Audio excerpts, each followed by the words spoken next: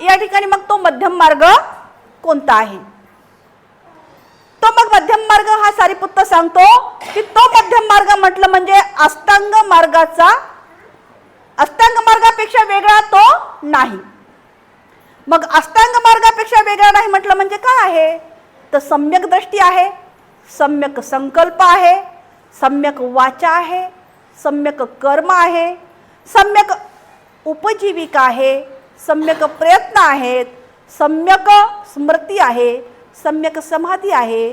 आणि हे अष्टांगिक मार्ग म्हटलं म्हणजेच काय आहे? तथागतांच्या धम्माचा मध्यम मार्ग आहे।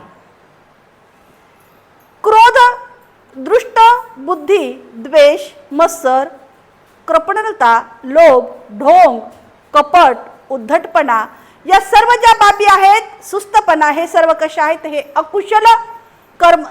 अकुशल धर्म आहेत। गर्व, सुस्तपणा याचा निराश करण्याचा मार्ग मध्यम मार्ग आहे। म्हणजे गर्व जो आहे आपल्याला नष्ट करायचा आहे, सुस्ती जे चढलेली आहे हा सुस्तपणा सुद्धा नष्ट करायचा आहे। आणि याचा निराश करण्याचा मार्ग म्हटला म्हणजेच तथागतांचा मध्यम मार्ग होय। तो पाहायला दृष्टी आणि ज्ञान देतो। भगवंताचा जो मध्यम मार्गाचा जो धम्मा या ठिकाणी सांगितलेला आहे तो पाहायला काय देतो? दृष्टी देतो, ज्ञान देतो, शांती देतो, प्रज्ञा निर्माण होते। आणि ही शांती, ही प्रज्ञा, ही दृष्टी, हे ज्ञान आपल्याला कुठे घेऊन जातात? मग बोधीकडे घेऊन जातात किंवा बोधी याकडे नेणारा तो मार्ग आहे। आणि निब्बाण म्हणजे दुसरे तिसरे काहीही नसून तो काय आहे? तो अष्टांगिक मार्ग आहे। त्या महास्थवीर सारिपुत्ताच्या भाषणाने ते भिक्खू काय झालेले आहेत? आनंदित झालेले आहेत। आणि निब्बाणाची या ठिकाणी त्यांनी निब्बाण म्हणजे काय हे सारिपुत्ताने या ठिकाणी विश्लेषण करून सांगितलेलं आहे की निब्बाण म्हणजे दुसरं तिसरं काही नसून अष्टांगिक मार्ग आहे। निब्बाणाची मग मूलतत्वे सांगत असताना एकदा पूजनीय राधा हा भगवंताकडे आला आणि त्यांना अभिवादन करून म्हणाला, भगवंत,